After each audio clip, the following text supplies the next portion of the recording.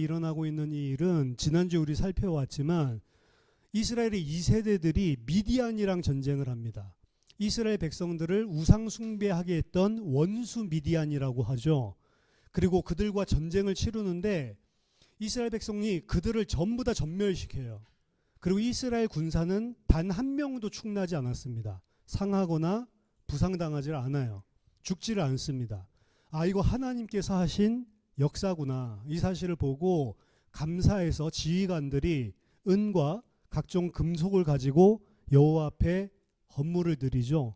원래는 반세개씩 드려야 되는데 거의 3배에 달하는 그런 양으로 기꺼이 하나님께 감사의 예물을 드리는 장면으로 어떻게 보면 참 화기애애하게 믿음의 모습, 희망을 보여주는 모습으로 31장이 끝났습니다. 근데 32장에서 오늘 이 르우벤 자손들과 갓 자손들이 말도 하지 못할 엄청난 요청을 모세에게 하는 것입니다. 오늘 1절에 보니까 르우벤 자손과 갓 자손은 심히 많은 가축대를 가졌더라. 그들이 야셀 땅과 길르앗 땅을 본즉 그곳은 목축할 만한 장소인지라.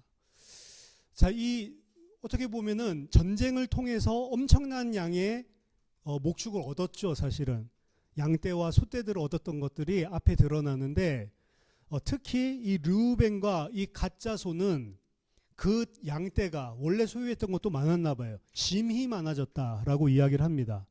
그래서 이 사람들이 자신들이 진멸하고 자신들이 정복한 그 땅을 쳐다보니까 이게 목축하기에 너무 좋은 땅이에요. 이 땅. 근데 그 땅을 오늘 본문에 야셀 땅과 길르앗 땅이라고 이야기를 하죠. 야셀 땅과 길르앗 땅이 어디냐? 지금 이스라엘이 요단을 아직 건너가지 않아서 요단 동편에 있는데요. 요단강이 남북으로 이렇게 흐르고 있고 그리고 한 중간 정도에 여러분 잘 아는 야복강이 이렇게 동서로 흐르고 있습니다. 야복강 아래를 오늘 여기서 이야기하는 야셀 땅이라고 하고요. 그리고 야복강 위쪽을 길르앗 땅이라고 하는데 성경에서 이 길르앗은 야셀과 함께 나올 때는 야복강 위쪽을 이야기를 하지만 길르앗만 나올 때는 요단 동편 전체를 가리키기도 합니다. 그래서 지금 이들이 달라고 하는 땅은 요단 건너지 않고 요단강 동편의 땅입니다. 근데 그 땅을 쳐다보니까 심히 목축도 많은데 너무 이거는 목축하기에 좋은 땅인 것을 봤다라고 이야기하는 겁니다. 갓 자손과 르우벤 자손이 와서 모세와 제사장 엘르아살과 회중 지휘관들에게 말하여 이르되, 자 보면은 르우벤 자손이랑 이 갓 자손의 관계는요, 이스라엘이 행군을 할 때도 그렇고 그리고 이스라엘이 진영을 칠 때도 그렇고 세 지파씩 각각 같이 이렇게 그룹을 지어서 형성을 했거든요. 르우벤 지파를 포함하고는 르우벤 지파가 우두머리를 하고 있는 그 세 지파 중에 속한 지파가 갓 지파입니다. 그러니까 광야 40년을 움직이는 동안 르우벤이랑 갓은 가까이 있었던 사람들이에요. 항상 캠프도 함께 치고 진군할 때도 같이 옆에서 진군을 하고 그러니까 서로 소통하는 일들이 많았었겠죠. 근데 르우벤이 원래는 우두머리 지파입니다. 그 세 지파 중에 갓은 르우벤에게 복속된 자예요. 근데 오늘 보면 32장 1절에서는 르우벤 자손과 갓 자손이라고 순서가 르우벤이 우두머리니까 먼저 등장하죠. 르우벤은 야곱의 아들들 중에서도 맞이이기도 하고, 근데 32장 2절에 보니까 갓 자손과 르우벤 자손이 순서를 바꿔버립니다. 그렇죠? 앞으로 계속 순서가 바뀌는데 갓 자손이랑 르우벤 자손이 사실은 순서가 뒤바뀔 뿐만 아니고 나중에 보면은 지금 이 갓 자손과 르우벤 자손 이 뒤바뀐 형태는 2절, 6절, 25절, 29절, 31절, 30절 계속 등장하거든요. 나중에 보면은 모세가 12지파를 축복하고 신명기에서 죽는데 신명기 33장에 보면 르우벤 지파는 멸종당할 것을 염려하는 사실 축복이 아니에요. 신명기 33장 6절 보면 르우벤은 죽지 아니하고 살기를 원하며 그 사람 수가 적지 아니하기를 원하나이다. 이런 축복 기도를 하거든요. 그러니까 모세가 루벤이 멸족될 가능성이 있다라는 것을 염두에 두고 그들을 염려하는 사실은 이런 기도를 합니다. 지금 이 모세의 신명기 33장 6절의 루벤 지파에 대한 기도는 루벤이 지파로서의 일족이 멸족당할 것을 사실은 암시하는 그러한 축복이라고 이야기를 합니다. 그리고 12지파들 다 축복했으니까 33장 20절에는 갓지파를 축복하는 내용이 나오거든요. 근데 그 갓지파는 갓에 대하여는 일러스되 갓을 광대하게 하시는 이에게 찬송을 부를지어다. 갓이 암사자같이 엎드리고 팔과 정수리를 찢는도다. 이 사자, 암사자 이야기 나오죠. 이건 왕권을 이야기하거든요. 그러니까 이 요단 동편에서의 주도권은 루벤에서 누구로 옮겨가냐면 갓지파로 옮겨갑니다. 갓이 오히려 루벤을 통치하는. 그러니까 이 나중에 순서가 뒤바뀌는 거죠. 갓지파의 리더십을 암시하는 축복이고요. 나중에 성경 말고요. 모압 중에 메사왕이라는 왕이 있거든요. 그래서 그 메사왕이 세운 비문이 있습니다. 거기에 이스라엘에 대한 이야기들이 나와요. 근데 이 요단 동편에 있는 이스라엘 지파는 루벤 지파는 언급이 아예 없어요. 근데 이 메사의 그 비문에 보면 이 갓지파에 대한 언급이 등장합니다. 갓이 그 지역을 오랫동안 지배하고 있었음을. 그래서 이 모세의 축복을 보고 그리고 성경을 봤을 때 그리고 오늘 본문에서 이야기하는 걸 봤을 때 루벤이 원래는 지도권을 가지고 있었는데 나중에는 오히려 갓이 루벤을 누르고 루벤은 거의 유명상실하게 멸족되는 지경에까지 이르렀다. 그 땅에는 갓지파 중심으로 남게 되었다라는 것을 암시하고 있는 겁니다. 그래서 순서가 바뀌어버리는 거예요. 어떻게 보면 루벤이 지도자로서 그 세 지파를 끌고 가는 지휘관으로서 잘못하는 거예요. 갓이 만약 이런 것들을 이야기한다 하더라도 지휘관이 그거 아니야. 우리 가나안 땅 들어가야지 무슨 소리야? 해야 되는데 그렇지 않고 어떻게 보면 같이 동조를 한 거죠. 3절에 아다롯과 디본과 야셀과 니무라와 헤스본과 엘르알레와 스반과 느보와 부온 요 지명들은 다 요단 동편에 있는 도시들 이름이고 고고학적으로도 다 거의 어딘지 확실하게 증명된 곳들입니다.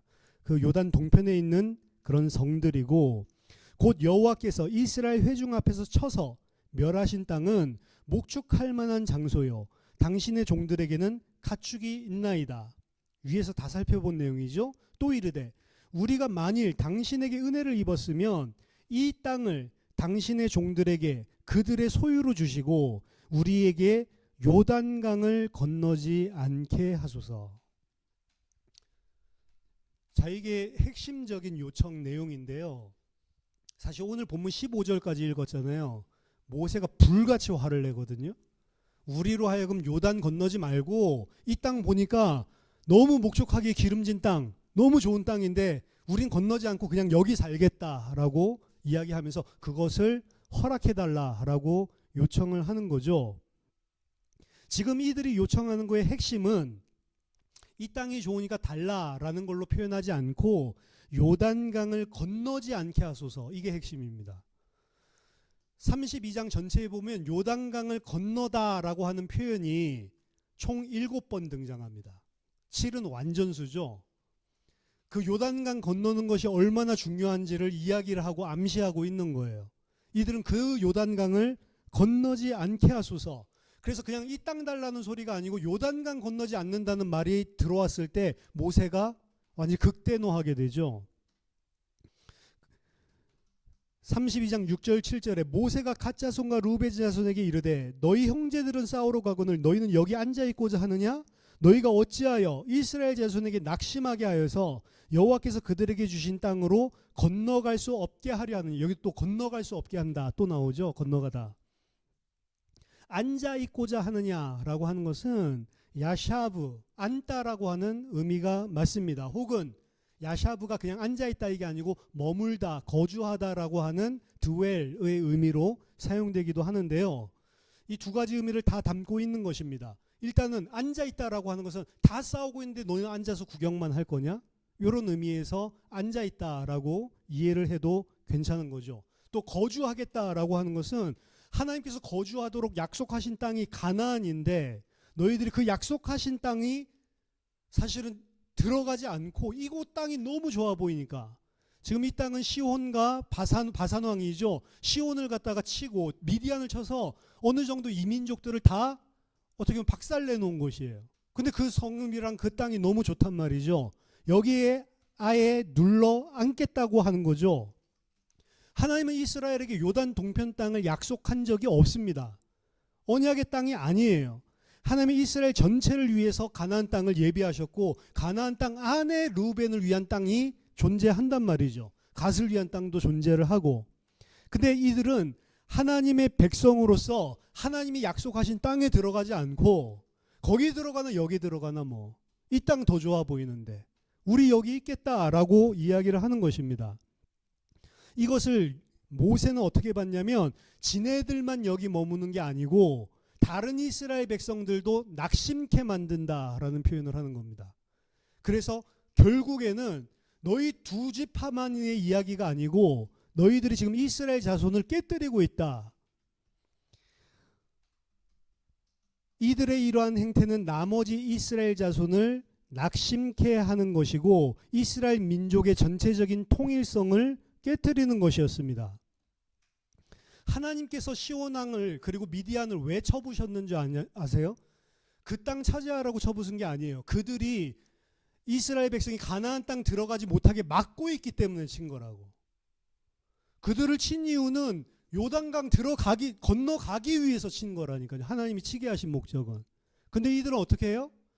그 시온 왕과 미디안이 요단강 못 들어가게 하려고 한 거에 동조하고 있는 거예요. 본다면 안타까운 일이죠. 8절에 너희 조상들도 내가 가데스 바네아에서 그 땅을 보라고 보냈을 때 그리하였었나니 민수기 14장 이야기죠. 스파이들 보내고 나서 13장 14장 그들이 에스골 골짜기에 올라가서 그 땅을 보고 이스라엘 자손을 낙심하게 하여서 여호와께서 그들에게 주신 땅으로 갈 수 없게 하였느니라. 너희들이 지금 이스라엘 백성들 낙심하게 하는 것이 40년 전에 가데스 바네아에서 그 정탐꾼들이 하던 짓이랑 똑같은 거다라고 모세가 상기시켜 주는 거죠. 그리고 그 1세대의 반역의 결과가 10절에서 13절에 나오는 겁니다. 그때 여호와께서 진노하사 맹세하여 이르시되 애굽에서 나온 자들이 20세 이상으로는 한 사람도 내가 아브라함과 이삭과 야곱에게 맹세한 땅을 결코 보지 못하리니 이는 그들이 나를 온전히 따르지 아니하였음이니라. 그러나 그나스 사람 여분의 아들 갈렙과 눈의 아들 여호수아는 여호와를 온전히 따랐느니라. 여호와께서 이스라엘에게 진노하사 그들에게 40년 동안 광야에서 방황하게 하셨으므로 여호와의 목전에 악을 행한 그 세대가 마침내는 다 끊어졌느니라. 언제 끊어졌습니까? 30장 31장에 미디안이랑 전쟁 통해서 다 끊어졌단 말이에요. 근데 다 끊어지고 이 세 세대들이 일어났는데 이들도 지금 이 짓을 하고 있는 걸 보고 모세가 완전히 화가 난 거죠. 40년이 지났는데 이들이 배운 게 없구나 이렇게 생각이 드는 거예요. 모세 입장에서는. 12명의 정탐꾼들 가운데 10명이 반역을 했습니다. 하나님께서 주신 약속의 땅을 악평을 했고 그 땅은 우리 거민을 삼키는 땅이다. 가면 다 죽는다. 이런 식으로 악평을 하기 시작했죠. 단 2명만 맞다 그들 강하지만 하나님이 약속하신 땅이다. 여호와께서 우리와 함께 하시면 그들은 우리의 밥이다. 필경 우리가 그 땅을 차지하게 될 거다. 그들은 강했습니다. 맞습니다. 여리고 성도 보면 보통 성이 아니고요. 그들은 철기 문화를 가지고 있었기 때문에 사실은 역부족입니다. 아이들을 데리고 전쟁한다는 것이. 근데 하나님이 약속하셨고 하나님이 우리와 함께 하시면 반드시 그 땅은 차지하게 돼 있는 땅이다. 여호와를 거역하지 말라라고 이야기했을 때 그 말하는 여호수아 갈렙도 돌로 쳐서 죽이려고 했던 게 1세대들이었단 말이에요. 근데 너희들이 지금 이 일을 하고 있냐. 다 죽었다. 여호수아 갈렙만 남았다. 이 이야기를 하고 있는 것입니다. 40년이 지나서 아직도 40년을 왜 헤맸는지 의미를 알지 못하는 두 지파를 이끌고 있는 두 명의 지도자가, 또 옛날에도 지도자들이 그랬죠. 12명 중에 10명의 지도자가, 지금 12명의 지도자 중에 2명의 지도자가 또 이 짓을 하고 있는 것입니다. 이것은 2명 혹은 그 두 지파의 불신앙만 말하는 게 아니고요. 거기에 그치는 것이 아니고 이스라엘 자손 전체를 낙심케 해서 또다시 여호와께서 약속하신 땅으로 건너갈 수 없게 한다라고 모세는 판단을 하고 지금 역정을 내고 있는 겁니다. 보라, 너희는 너희의 조상의 대를 이어 일어난 죄인의 무리로서 이스라엘을 향하신 여호와의 노를 더욱 심하게 하는도다. 죄인의 무리, 좋게 해석한 거고요. 죄인의 새끼들이다. 너희들은.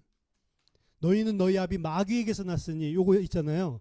그때 독사의 자식들아 막 이런 말이 있잖아요. 예수님이. 그때 이 자식들, 그거 같은 표현입니다. brood of vipers 하죠. 이 뱀의 새끼들아. 똑같이 여기 brood of 이 패역한 놈들의, 죄인들의 새끼들아. 사실 강력하게 이야기를 하고 있는 거예요. 너희가 만일 돌이켜 여호와를 떠나면 여호와께서 다시 이 백성을 광야에 버리시리니 그리하면 너희가 이 모든 백성을 멸망시키리라. 너희들이 지금 여호와를 돌이켜서 떠나는 것은 단지 너희만 망하는 게 아니고 여호와께서 너희 때문에, 너희가 지금 이 하는 일은 이 모든 백성을 멸망시키는 일이다. 여기까지가 오늘 본문이에요. 다음 주에 이야기하겠지만 이 정도 나왔으면 이들이 어떻게 나와야 되죠? 잘못했습니다 해야 되죠. 근데 잘못했습니다 안 합니다. 협상하기 시작합니다. 그 협상의 결과가 뭔지도 다음 주에 살펴보겠지만 오늘 본문 여기까지입니다. 뭐 어려운 내용이 아니에요. 근데 이 본문은 우리에게도 진짜 중요한 메시지를 전달하는 것입니다. 먼저 첫 번째는 이 르우벤 지파와 갓 지파가 사실은 야셀 땅과 길르앗 땅을 본즉 봤다고 그랬죠. 그곳은 목축할 만한 땅이다. 1절에 이렇게 나오잖아요. 꼭 무슨 죄를 지었을 때 본다라고 하는 단어가 많이 나오는데요. 창세기 3장에서도 그 여자가 그 나무의 열매를 본즉 먹음직하고 지혜롭게 할 만큼 탐스럽게도 하고, 뭐를 보느냐? 눈입니다. 눈. 중요한 것은 지금 이 르우벤 지파와 갓 지파가 가지고 있는 눈이에요. 그들은 심이 많은 가축대를 가지고 있었습니다. 그 가축대를 키우기에 너무 좋아 보이는 땅이다. 이들이 가지고 있는 눈은 굳이 가나안 땅 갈 필요 없이 이 좋은 땅에 살면 되지 않냐. 이게 그들이 가지고 있는 눈입니다. 뭐냐? 하나님의 말씀, 언약이 없어요. 다 맞는 말인데 하나님의 언약, 말씀과는 전혀 상관없는 눈이고 판단이라는 겁니다. 하나님이 애초에 왜 출애굽시켰습니까? 사실 애굽 땅에서 어려움 당하니까, 고통스러워서 하나님께 부르짖으니까 꺼내줬다라고 생각을 하지만 이스라엘 백성은 그렇게 생각했어요. 힘드니까 여호와 하나님 우리 구해주세요. 이게 이스라엘 심정이었는데 하나님은 그것 때문에 출애굽시킨 게 아니었습니다. 사실은 출애굽기 2장 23절에서 25절 보면 여러 해 후에 애굽 왕은 죽었고 이스라엘 자손은 고된 노동으로 말미암아 탄식하며 부르짖으니 그 고된 노동으로 말미암아 부르짖는 소리가 하나님께 상달된지라. 하나님이 그들의 고통 소리를 들으시고 하나님이 아브라함과 이삭과 야곱에게 세운 언약을 기억하사 이스라엘 자손을 돌아보셨다. 그들은 고통 때문에 출애굽하려고 하는데 하나님은 고통스러운 곳에서 나와서 파라다이스로 데려가려고 하는 게 아니고 그들을 데리고 약속의 땅으로 내가 데리고 가야 되겠다. 언약 때문에 끌어낸 거예요. 바벨론으로 나중에 포로로 끌려가잖아요. 바벨론에 끌려간 사람들, 바벨론 지금으로 치면 미국입니다. 그리고 바벨론에 가서 포로로 끌려갔다고 하니까 못 사는 게 아니에요. 그 사람들이 이주 정책을 펼쳤을 때 데려왔으니까 막 노예로 부리고 이런 게 아닙니다. 그 사람들이 70년이 지나면서 다 정착을 했어요. 지금 미국에 있는 2세대, 3세대들처럼. 그러니까 처음 왔을 땐 고생했겠죠. 이스라엘 사람이니까. 근데 바벨론 땅 70년 있는 동안에 그들의 자녀들은 교육도 받고 문화도 이러면서 가장 그때의 강대국 안에서 틀을 잡았다고요.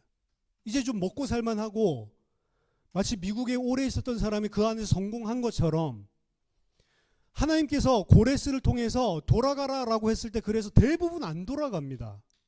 왜 돌아가요? 미국 땅에서 더 잘 먹고 잘 사는데.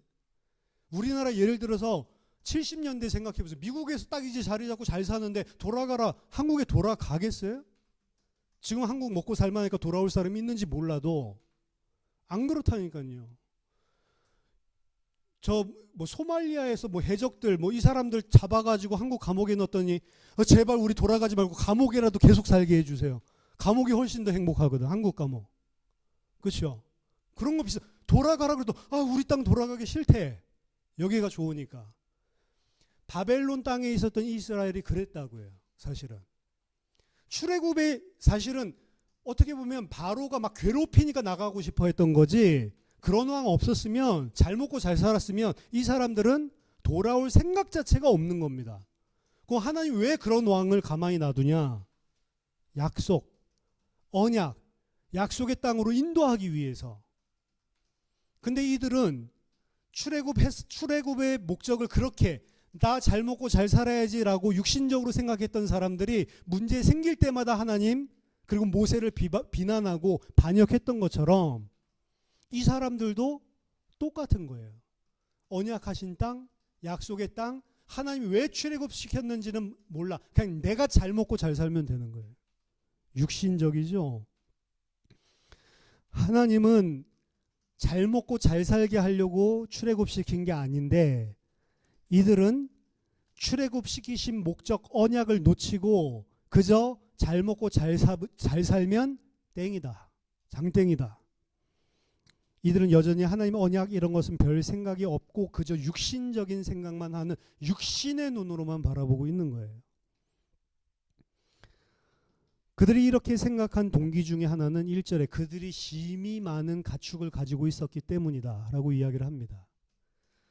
물질적으로 많은 것을 풍요롭게 가지고 있는 건 복이지만 가지고 있는 것 자체가 복이 되지 않습니다. 그것 때문에 눈이 어둡고 그것 때문에 육신화될 수가 있어요. 오히려 가난한 사람이 마음이 애통하고 가난해서 이 땅의 것이 아니라 하나님, 이 땅의 것이 아니라 위의 것 바라보는지 몰라도 이 땅의 것에 안주하고 좋아하는 사람들, 풍요롭고 부럽게만 볼 것이 아닌 것은 전혀 하나님도 위의 것도 영적인 것도 생각하지 않습니다. 왜? 많은 거 가지고 그거 가지고 내가 많은 것들 다른 사람들보다 더 이루었다고 생각하고 있으니까. 생각이 그냥 육신이란 말이에요. 그들이 많이 가진 것이 오히려 육신의 눈이 멀게 된 독이었습니다. 그래서 많이 가지는 게 복이 아닙니다. 여러분 이런 이야기 보셨죠? 열심히 절에 다니고 이럴 때는 막 이 부자 사업 막 번창해가지고 막 절에 막 시주하고 막 이렇게 하다가 나중에 50대 쫄딱 망하고 나서 교회 오는 사람들이 대부분이야. 이런 말 안 들어보셨어요?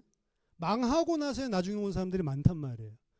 그래서 교회 목사들이 우스갯소리로 저것들은 헌금을 갖다가 절에는 저렇게 하고 이젠 여기 와가지고 완전 쫄딱 거지로 와가지고 아무것도 안 하네, 이런 이야기를 하는데, 헌금하라는 소리가 아니고 그 말은 어떻게 보면 육신적으로 잘 나갈 때는 하나님 은혜 이런 것들 안 보이고 우상에 빠져 있는 거죠. 근데 하나님이 어떻게 보니까 그들을 치니까 오히려 하나님을 생각하고 영원한 것을 생각하고, 그러면 사업이 잘 되는 게 저주죠. 그 사람은 진짜로 본다면 망해가지고 지금 교회 와서 예수 믿는 게 복인 겁니다. 가난하더라도 가지고 있는 것 자체가 복이 되지 않다는 겁니다. 그래서 어떻게 보면 교인들이 우상 숭배하는 사람보다 가난하고 힘든 사람이 더 많아요. 왜 그런지 아세요? 먹고 살만하면 하나님 안 찾습니다. 은혜? 이런 거 안 들어. 내가 잘하니까 복 주는 거지. 은혜? 뭐 내가 한 게 없는데도 값없이 준다? 이런 거 자체가 말이 안 되는. 내가 이렇게 치성을 드리고 이렇게 돈도 바치고 이러니까 복 주는 거지. 이게 딱 맞는 거지 그들은. 근데 그럴 힘이 없는 자들에게는 은혜가 필요한 거예요. 내가 할 수 없구나라고 인정되는 사람은 하나님이 값없이 은혜로 주셔야지만 내가 사는구나. 그때 그 메시지가 자기에게 필요한 것이 되고 들어오게 되는 거라니까요. 자기 의의를 가지고 있는 사람은 절대로 복음이 필요 없는 것입니다. 그래서 교인들이 진짜 은혜가 필요한 사람 되게 하기 위해서 하나님이 힘들게 만드는 거예요. 아, 그러면 예수 믿으면 다 경제적으로 완전 거지같이 사는 거냐? 그게 하나님의 뜻이냐? 그 말이 아닙니다. 그 많은 것을 쏟아부어줘도 하나님의 은혜가 무슨 눈으로 보는지 영적인 눈을 가지고 있는 사람이 돼야지 된다는 거예요. 그거 없는데 쏟아부어줬다. 예수 믿으니까 이제 됐지, 이제 복 받았지. 아니, 또 육신으로 갑니다. 반드시 그래요, 인간이. 나는 안 그럴 것 같은데요.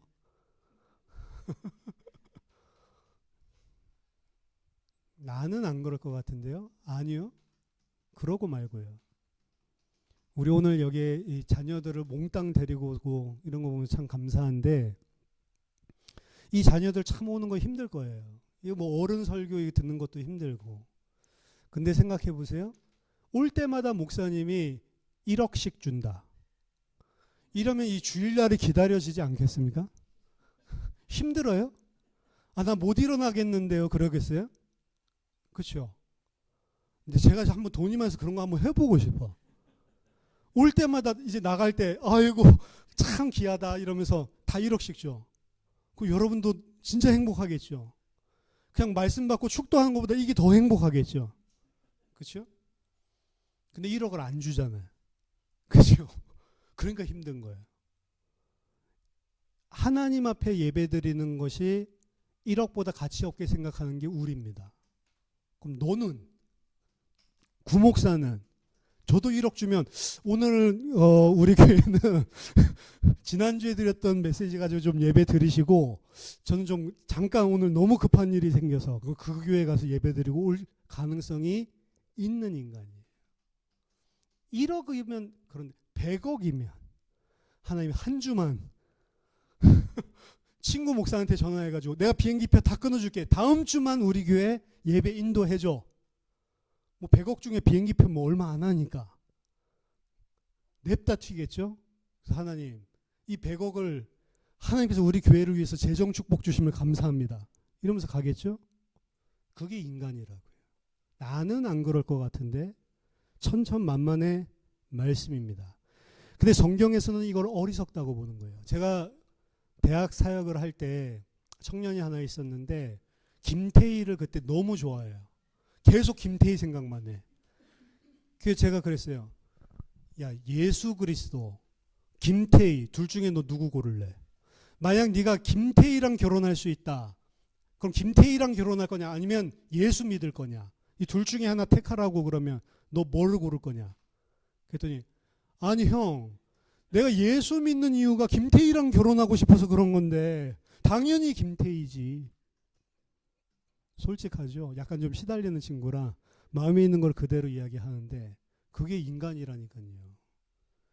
참고로 저는 김태희를 싫어합니다. 계속 이빨이 이렇게 나와가지고 진짜 뭐 여배우 중에 뭐 뛰어나죠. 내가 좋아하는 것, 돈, 명예, 내가 가지고 싶어 하는 것, 그것을 채워주면 감사하다. 이거는 하나님을 우상숭배하고 있는 건지도 몰라요. 예수 이름으로 우상숭배할 수 있습니다.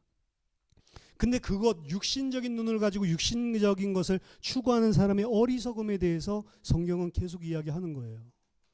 누가복음 12장에 부자 이야기가 나옵니다. 너무 가진 게 많아서 이제 쌓아둘 곳간이 없어. 내가 이제 저 창고 곳간 다 허물고 새로 크게 짓고 내가 가지고 있는 이 모든 것들을 이제 다 쌓아놓고 나 이제 일도 안 해. 이제는 누려야 되겠다. 얼마나 좋아요, 여러분. 이제 일할 필요가 없어. 이제 남은 여생 평생 먹고 살 만한 모든 것들 다 갖췄어. 이제는 퇴직 딱 해가지고 이제는 이제 내가 누리면서 다녀야지, 이 부자가. 근데 하나님 뭐라고 하시냐? 이 어리석은 자야, 오늘 밤에 하나님께서 네 영혼을 취하시면 그 쌓아둔 게 누구 것이 되겠냐 라고 말하면서 이 결론을 이렇게 짓습니다. 재물이 많아도 하나님께 대하여 부유하지 못한 자가 이와 같으니라. 재물이 많고 적은 게 아닙니다. 하나님께 대하여 부요한 자가 되라는 거예요. 거꾸로 부자 중에서도 하나님에 대하여 부요한 자가 있고요. 가난하다고 해서 하나님께 다 부요한 게 아닙니다. 가난한 자 중에서도 하나님께 전혀 부요치 못한 거지가 있어요. 가난하기 때문에 계속 그거 해결하려고 거기 매여 사는 사람이 있다니까요. 돈이 많아서 돈에 취해서 사는 사람이랑 돈이 없어서 돈 벌려고 하는 사람 똑같단 말이에요. 핵심은 부자 가난한 거 이게 아니고 하나님께 대하여 부요한 자가 되라. 그 눈이 있어야 된다. 근데 지금 이 르우벤과 갓은 그 눈이 없는 것입니다. 나는 도대체 무슨 눈을 가지고 있냐? 두 번째입니다. 불신앙의 누룩을 제거해라. 제가 이야기를 했죠. 10명의 리더가 불신앙한 거예요. 민수기 13장 14장도. 이스라엘 백성이 불신앙한 게 아니라고. 10명의 불신앙이 확산되고 퍼져나가서 온 이스라엘 백성이 밤새도록 통곡했다라고 본문이 이야기를 하고 있는 것입니다. 그 10명의 불신앙이 이스라엘 전체 60만 명 넘게 다 죽게 만든 거예요. 40년 동안. 르우벤과 갓 지파의 리더는 이 육신적인 자신들의 불신앙으로 그 두 지파만 망하게 만드는 게 아니고 이스라엘 전체를 망하게 만들 거다라고 지금 모세가 이야기하고 있는 거예요. 르우벤과 갓 지파는 아까 전에도 이야기했지만 행군할 때도 그렇고 진영을 칠 때도 그렇고 항상 함께 있었던 사람들이고 항상 그럼 무슨 이야기를 할 거냐? 사실 이 속에서 고라 이런 것도 다 나왔다고 했죠. 늘 함께 불만하던 자들. 르우벤도 원래 맞인데 유다한테 뺏긴 사람이에요. 그렇죠? 그거 가지고 늘 소통하고 늘 일했던 사람들이 사실은 모세를 대적해서 일어났다가 그때 땅이 삼켜서 다 죽인 바 되었던 것이고 그 사실을 보면서도 르우벤과 갓은 아직도 전혀 깨달음이 없는 겁니다. 똑같은 일을 하는 거예요. 이 땅 주세요 이 이야기가 아닙니다. 그 속에 있는 불신앙이에요. 사실은.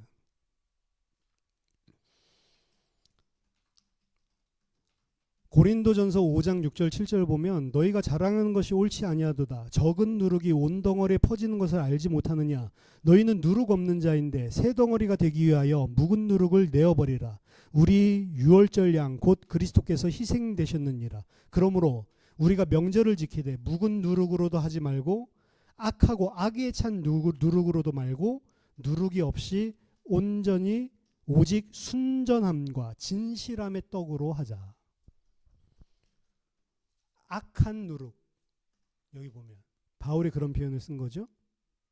악하고 악에 찬 누룩. 묵은 누룩. 옛사람에게서 나오는 누룩이라고 하는 표현입니다. 근데 그것을 계속 품고 있는 곳이 고린도 교회예요. 사실 교회 문제에 대한 것들을 처음부터 끝까지 다 낱낱이 주제별로 이야기하고 있는 게 고린도 전후서입니다. 고린도 교회는 모든 문제를 총체적으로 다 가지고 있는 교회였어요. 그런데 그 교회는 굉장한 자부심을 가지고 있는 교회였습니다. 우리만큼 제대로 된 교회 없다. 본인들은. 근데 바울이 봤을 때는 가장 문제가 많은 교회. 성경에서 고린도 전후서 길죠. 그것도 16장 15장 이렇게 길죠. 고린도 전후서 두 편의 편지가 양으로도 엄청나지만 성경에 포함되지 않은 편지만 해도 최소 2개가 더 있고요. 그 정도의 분량으로. 어떤 사람들은 그 4개의 편지뿐만이 아니라 수없이 많은 편지가 있다고 이야기합니다. 왜 편지를 쓰냐? 문제가 많은 곳에 편지 써요. 바울은. 그게 고린도 교회입니다. 근데 그 사람들 어떻게 했냐? 우리가 최고 믿음 좋고 우리가 최고의 교회다라는 자랑을 하고 있던 교회예요. 그래서 고린도전서 보면 처음부터 자랑 이야기를 합니다. 근데 그들이 자랑하는 기준이 뭐냐? 세상이에요. 나는 바울에게 속하였다, 베드로에게 속하였다 요것도 고린도 교회였죠. 근데 이 5장에서 다루고 있는 이 악한 누룩, 요건 뭐냐면 고린도 교회에 다니고 있는 사람 중에 어떤 청년이 있는데 나는 우리 아버지의 아내랑 잤다라고 이야기하고 다니는 거예요. 나는 우리 아버지의 아내랑, 이 표현을 봐서는 자기의 생모가 아니고 아버지가 나중에 드린 재혼을 했든지 이런 사람을 이야기하는 것 같아. 그래서 나는 새엄마랑 잤다라고 이야기하고 다니는 거예요. 근데 그거를 자랑스럽게 이야기를 했다고 하거든요. 근데 바울은 뭐라고, 불신자들도 안 하는 짓이다, 요거는. 근데 여러분, 왜 고린도 교회는 그거를 듣고 이 사람은 왜 그걸 자랑했을까요? 고린도서에 보면 무슨 이슈가 나오냐면, 우상에게 숭배한 고기, 우상의 제단 앞에 드려진 고기를 먹어야 되냐 말아야 되냐, 이게 나오거든요. 여러분, 제사상에 올라갔던 고기 먹으면 됩니까 안 됩니까? 되죠. 바울 된다고 돼 있습니다. 근데 안 된다라고 생각하는 사람은 왜 안 된다고 생각해요? 그래도 우리가 예수 믿는 사람인데 어떻게 우상 앞에, 그걸 뭐라고 하면 약한 양심이라고 그래요. 아직 진리에 의해서 이야기하는 게 아니에요. 진리에 의해서, 진리에 바울은 이야기하면 고기는 다 똑같은 거다. 하나님이 주신 거다. 우상은 거짓신이고 없는 거고, 고기니까 먹어도 아무 상관없다. 근데 그거는 분명하게 어떻게 보면 믿음이 있고 진리에 쓴 사람, 분별할 수 있는 사람의 이야기고, 대부분의 믿음 약한 사람은 그래도 그렇지 어떻게 우상 숭배하는 음식을 먹을 수 있어? 이게 많은 사람들이었단 말이에요. 근데 너희가 교회의 장로인데 만약에 야 이거 아무것도 아니야, 이런 약한 양심을 가지고 있는 사람들 앞에서 막 우상에게 절한 막 고기를 막 먹어. 그럼 너희는 맞지만 너희가 하는 짓이 이 사람들에게 무슨 유익을 끼치냐? 이 사람들이 도리어 낙심하지 않냐? 이 사람들이 시험받지 않냐? 만일 그런 거라면 나는 평생 고기를 먹지 않겠다. 이게 바울의 고백이에요. 이 사람들 앞에서 왜 굳이 그걸 먹고 있냐고 집에 가서 숨어서 처먹든지 하지, 이 말입니다. 바울의 기준은 뭐예요? 지가 잘났다고 앞에서 자랑하는 게 아니고 이 연약한 믿음의 사람들을 어떻게 하면 살릴까를 생각해야 진짜 복음이 있는 거지. 그건 너희 그냥 세상 자랑하는 거랑 똑같은 거다. 난 이 정도로 말씀 확실하게 알고 분별력이 있어. 그거에 비춰봤을 때 이 사람은 왜 자랑을 했을까? 저는 이 구원파식의 복음이라고 생각해요. 예수 그리스도 안에는 결코 정죄함이 없나니 죄와 사망의 몸에서 해방하였음이라. 그 어떤 죄도 다 용서했다. 과거 현재 미래의 모든 죄 다 용서했다. 그러니 나는 이 짓을 해도 용서하신 그리스도 믿는다. 믿음의 사람처럼. 너희는 그거 하니까 양심에 쫄려? 예수님이 죄 용서했다는 거 안 믿네? 오히려 지식이 많은 교회라니까요, 이 교회가. 그러니까 다른 사람도 어떻게 해요? 믿음 좋으니까 저런 거 해도 양심이 하나도 안 찔려나 봐, 이러고 있는 거예요. 그러니까 바울이 열받아가지고 이야기하는 거죠. 너희가 어떻게 그를 용납하냐? 내쳐라. 그 몸을 사단에게 내어줘라. 그래야 그 사람도 그게 죄인지 깨닫지. 이런 배경들 하에서 고린도전서의 악의에 찬 누룩, 구습, 옛날 그 옛 누룩 다 내어버리고 교회의 순전성 찾아라 라고 이야기를 하는 거죠. 어떻게 보면 40년 동안 그 누룩을 제할 수 있는 기회를 주신 거예요. 근데 이 르우벤과 갓은 함께 늘 고라의 사건 이후에도 계속 이 누룩을 제하지 않고 옛날 눈으로 쳐다보고 있는 거 아닙니까?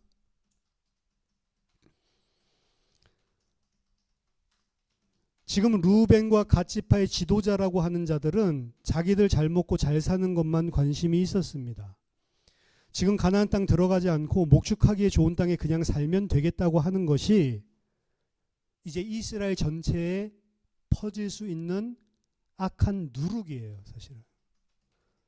모세는 지금 이 일이 벌어질 때 이 두 지파 생각보다도 이들의 요구가 이스라엘 전 지파에 미칠 영향부터 생각을 하는 겁니다. 그게 15절에 이야기하는 거예요. 그래서 여러분들이 교회 안에서 생각하고 말하고 행동할 때도 제가 지난주에 이야기했죠. 생각하는 것, 말하는 것, 행동하는 것, 공동체 주의해야 됩니다. 뭘 생각해야 되냐? 진짜로 이것이 이 사람을 살리는 거냐? 진짜로 이것이 교회를 세우는 거냐. 그 분별이 없으면 우리는 죄인이기 때문에 그걸 갖다가 생각하지 않으면 무너지게 만드는 일을 하는 거예요. 루벤이랑 갓은 자기네들 망하는 건 둘째치고 왜 전 이스라엘까지 망하게 만드냐는 거죠. 세 번째입니다. 루벤, 갓 지파, 그리고 나중에 누가 결정할 때 또 끼어드냐면 므낫세 지파 중에서 반 지파가 끼어듭니다. 그래서 이 두 지파 반이 요단 동편에 이제 거하게 돼요. 모세랑 딜을 하거든요. 딜하는 내용은 다음 주에 자세하게 살펴보겠지만 결과적으로 그들은 모세에게 허락을 받고 이 요단 동편에 거하게 됩니다. 이 두 지파 반이요. 처음엔 두 지파였는데 모세 생각이 맞았어. 또 반지파 또 여기 합류했어. 그래서 최종적으로는 두 지파 반이 요단 동편에 거하게 되는데 이들은 거하게 됐을 때 기뻤을 것 같습니까? 슬펐을 것 같습니까? 엄청 기뻤을 거예요. 아, 드디어 이제 모세가 허락해 줬다. 할렐루야. 그렇죠? 이 두 지파 반은요. 요단 동편에 거하게 되는데 나중에 이스라엘과 분열되어지는 지파 분열의 흔적이 역사서에 이제 등장하게 되고요. 나중에는 어떻게 되냐? 북이스라엘 남유다 있죠. 그리고 이쪽에는 지금 트랜스조단, 요단 동편 이렇게 사실은 세 파트로 나뉘게 되는 건데 북이스라엘이 720년도에 아시리아에 의해서 722년도에 망하고 남유다가 586년에 바벨론에 의해서 망하죠. 근데 이 두 지파 반은요. 거기까지 갈 필요도 없어요. 금방 망합니다. 왜? 가장 바깥 변방이에요. 동쪽에서 바벨론이나 메소포타미아 쳐들어올 때 가장 최전방에 어떻게 방파제 역할을 하고 있는 거예요. 가장 먼저 멸망당하는 지파가 됩니다. 좋은 땅이 아니에요. 그래서 좋은 땅이 아니고 결국에는 자기들이 육신적으로 선택한 것이 온 지파를 망하게 만드는 일이었다고. 근데 당장 뭐가 좋아요? 야, 땅 좋다.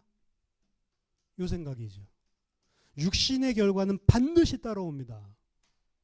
육신을 보고 선택한 거 하나님의 언약이 아니고 말씀이 아니고 내 생각대로 좋다고 생각해서 택한 것들, 하나님의 의견은 전혀 상관없는 것들, 이건 반드시 멸망 가져오는 거예요. 창세기 3장 이야기랑 똑같은 이야기예요.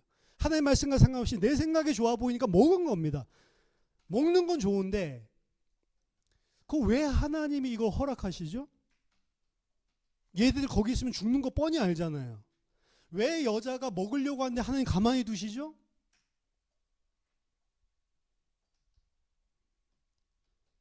여러분, 하나님 형상 사람이니까 자유의지가 있는 거예요. 내가 선택해요. 결과론적으로 하나님이 은혜 주셔서 하신 것이지 예정론은 무슨 결정론자, 운명론자 이런 이야기가 아닙니다.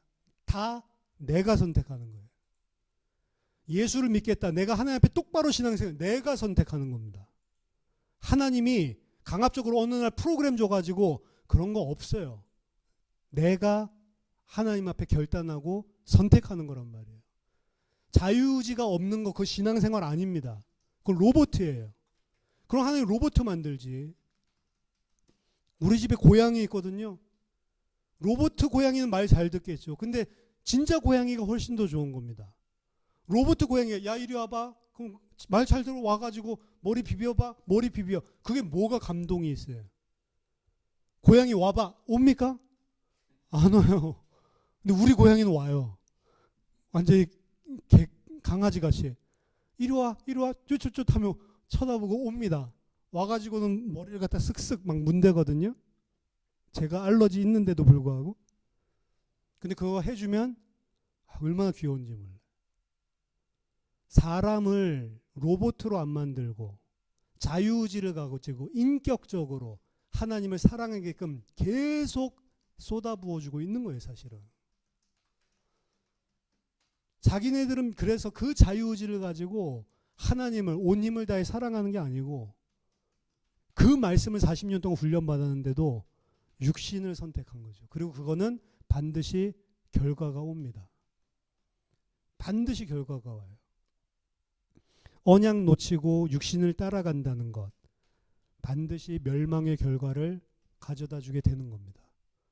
그러니까 나는 도대체 무슨 눈을 가지고 있는가 생각을 해야 되는 거예요.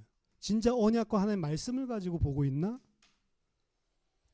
나는 도대체 이 지금 르우벤 갓처럼 무슨 말을 하고 무슨 행동을 하고 있는가? 내가 선택하는 건데 그 선택은 반드시 결과가 온다.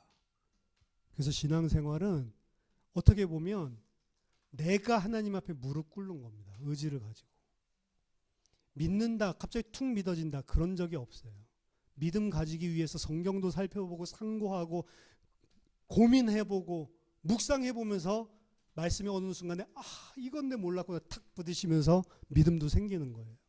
가만히 술 퍼마시고 있는데 믿음 생기는 게 아니란 말이에요. 오늘 르우벤과 갓지파 40년 만에 이 요단 동편에 왔는데 여기서 안 들어갑니다. 얼마나 안타깝습니까? 저와 여러분들이 언약을 가진 믿음의 눈을 가지고 승리하는 그런 주의 백성들 되기를 예수 이름으로 축원합니다. 한번 기도하겠습니다. 살아계신 하나님 아버지, 은혜를